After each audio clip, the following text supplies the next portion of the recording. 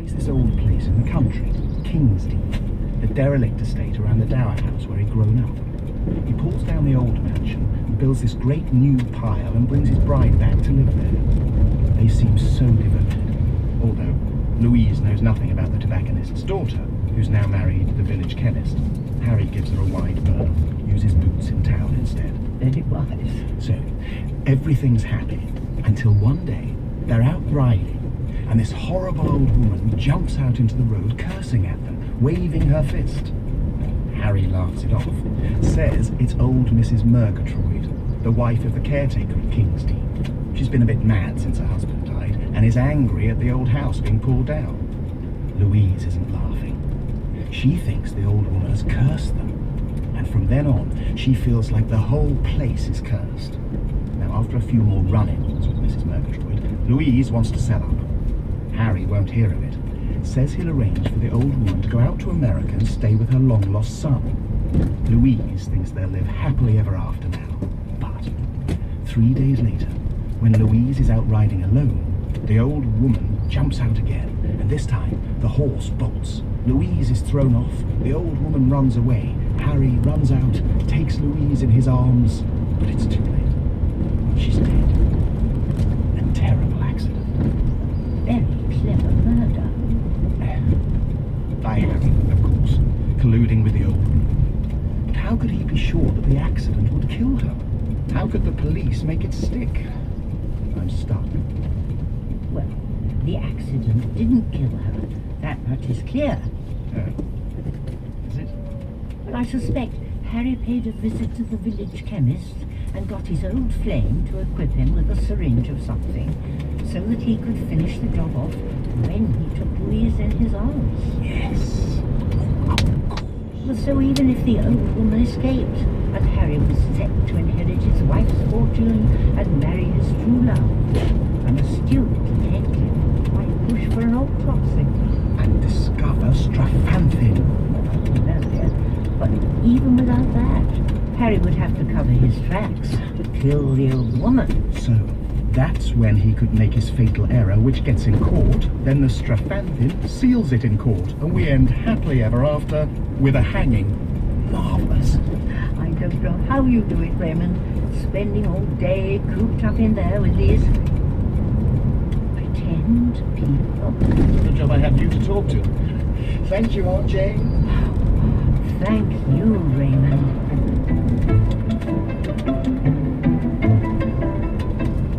Miss Hartnell, I was hoping to catch you. Have you had any luck finding a place for Gladys? Good morning, Miss Marble. No, nothing for Gladys. The only one short of a maid is the judge at Old Hall. Oh dear, that wouldn't be right, having her next door to the Skinners. No, especially not with their new maid to show her up. Have you heard about the marvellous Mary Higgins? Most respectable, soft-spoken, a good old-fashioned type of servant. Nothing like Gladys. Yes, Gladys can be rather loud and annoyable. I'm going up there now to see for myself, or rather to recruit the Mrs. Skinner to be stallholders for the village fete. Will you be helping us, Miss Marple? I could help you right now.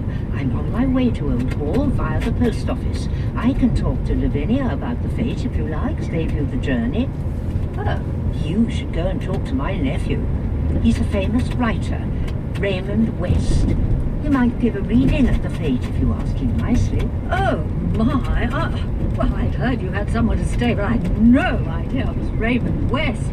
Oh, I shall call by and see him right now. But do give Lavinia and Emily my best, and let me know what you make of the play.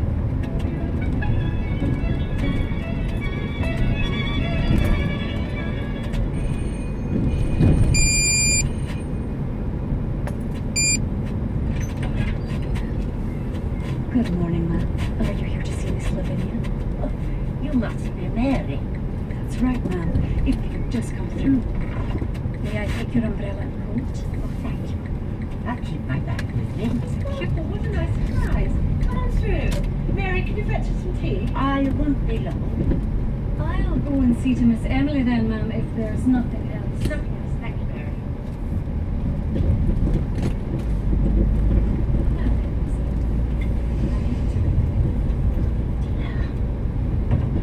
She's seems to be everything you'd hoped for. Oh, she really is a godsend, this mum. Cooks nicely, keeps our little flat scrupulously clean, which is wonderful. Oh, how is Emily? Might I go and see her? Not today, I'm afraid. But she's been very much under the weather, and with your recent illness, I wouldn't want either of you to take the risk. Oh dear. So you don't think Emily would be well enough to run a stall with you at the village Oh, fair? we'd love to, but Emily just isn't well enough, and she needs me here to take care of her. Even with Mary on hand? Emily is my sister, and I'm responsible for her well-being. And I wouldn't want Mary to feel put upon and leave. We'd be lost without I her. don't expect she'll leave until she's good and ready. How's your little Edna shaping up? She's not as good as your Mary, but at least I know all about Edna, with her being a village girl. Miss Emily is asking for you, Miss Lavinia. Oh dear, would you excuse me? Well, I'll be on my way. Give my best to Emily. Of course, and I'll see what we can do to contribute to the fete. No doubt we can crochet a few pen wipers. Oh, perfect. If you could just help me on with my coat, please, Mary. Certainly, ma'am. There it is. Here we go, ma'am. Do you want me to hold your... Oh, I'm so sorry, my bag. Now look at everything. What a mess. That's all right, ma'am. I can help. Oh, would you mind? Thank you. My back isn't what it was, and so many things. I really should clear it out. Oh, thimbles, loose change, handkerchiefs. Even stick of peppermint rock? Oh, how did that get in there? It must have been Mrs. Clement's little boy in the post office. Yes, I remember him sucking on it. He must have put it inside there for a joke. Instead of it sticky, isn't it? Shall I get rid of it for you, ma'am? Oh, yes, please. If you could just pass me my mirror. How lucky that is. Your umbrella, ma'am. Oh, yes, thank you.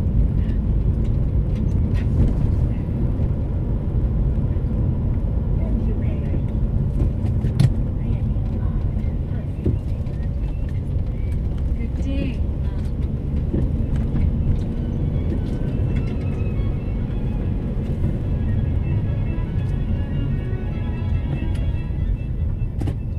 It's a shame Bunch is away. She loves the village fete. If she was here, you wouldn't have me to liven things up. I'm doing a reading of the new story at 4 o'clock. I can bear the excitement after the dog show. So your story is finished? Thanks to you, Aunt Jane. And I'll be heading off tonight. Bunch is on her way back. Joan wants me to approve some more for her, and you don't seem to need much looking for. Oh, it's a shame to see you go. I was hoping we might get to play the Tuesday night club one more time. Play it now if you like. You got a story? Most of one. I'm not sure of the solution yet. So sure. There you are. Have you heard about the Skinners?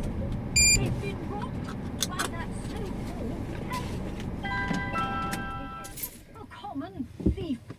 She's taken 2 brooches, 3 rings, and a bracelet from the sisters. But worse than that, she must have had keys made for the other flats because she's stolen from them too. Are the sisters still there? As far as I know, although there's a steady threat of moving out, subletting. Raymond, fetch your car. I need a lift to Old Hall. What about my reading? Oh, and if you hurry, we'll be back in time. Right you are. Miss